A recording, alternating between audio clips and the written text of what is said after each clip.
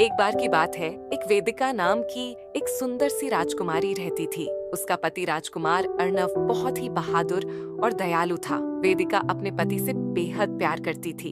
एक दिन राजकुमार शिकार खेलने के लिए जंगल में गए और कई दिनों तक वापस नहीं आए, जिससे राजकुमारी बहुत परेशान हुई और उन्हें राजकुमार की चिंता होने लगी। कुछ समय बाद करवा चौथ का त्योहार आने वाला था। तब वेदिका की सास ने उसे अपने पति की लंबी उम्र और शीघ्र घर वापस आने के लिए निर्जला व्रत रखने को कहा। फिर वेदिका उस दिन सूर्योदय से पहले ही उठ गई और स्नान करके पूजा करने लगी। उसने अपने मन में प्रण लिया कि वह पूरे दिन कुछ नहीं खाएगी पिएगी। जैसे जैसे दिन बीतता गया, वेदिका की प्यास और भूख बढ़ती गई, लेकिन उसने अपनी भक्ति के बल पर सब सहन किया। शाम ढलने लगी थी और वेदिका बेचैन हो रही थी। उसने आसमान की ओर देखा, लेकिन बादल छाए हुए थे और चांद कहीं दिखाई नहीं दे रहा था। वेदिका की आंखों में आंसू आ गए।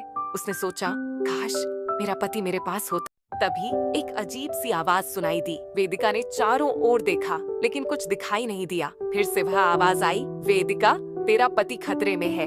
वेदिका डर गई और बोली, कौन हो तुम? मेरे पति को क्या हुआ है? आवाज ने जवाब दिया, मैं करवा मान हूँ। तुमने अपने पति की लंबी उम्र के लिए व्रत रखा, जिससे मैं तुमसे प्रसन्न हूँ। तुम जाओ और अपने पति का जीवन को बचा लो। वेदिका दहशत में आ गई। उसने माँ से पूछा, मैं अपने पति को कैसे बचा सकती हूँ? माँ ने कहा, तुझे जंगल में जाना होगा। वहाँ एक पेड़ है जिसके नीचे एक कुआं है। कुएं में तेरा पति फंसा है, लेकिन रास्ता बहुत खतरनाक है। तुझे कई कठिनाई का सामना करना पड़ेगा। बहुत खतरनाक है, तुझे कई कठिनाई का सामना करना पड़ेगा। वेदिका ने बिना किसी हिचकिचाहट के जंगल की ओर चल दी। रास्ते में उसे कई समस्या का सामना करना पड़ा, लेकिन उसने अपनी हिम्मत नहीं हारी। उसने माँ द्वारा बताए गए रास्ते पर चलती रही। आखिरकार उसे वह पेड़ मिल गया। उसने कुएं में देखा तो राजकुमार अर्णव वहाँ थे। वेदिका ने कुएं में उतरने की कोशिश की, लेकिन कुआं बहुत गहरा था।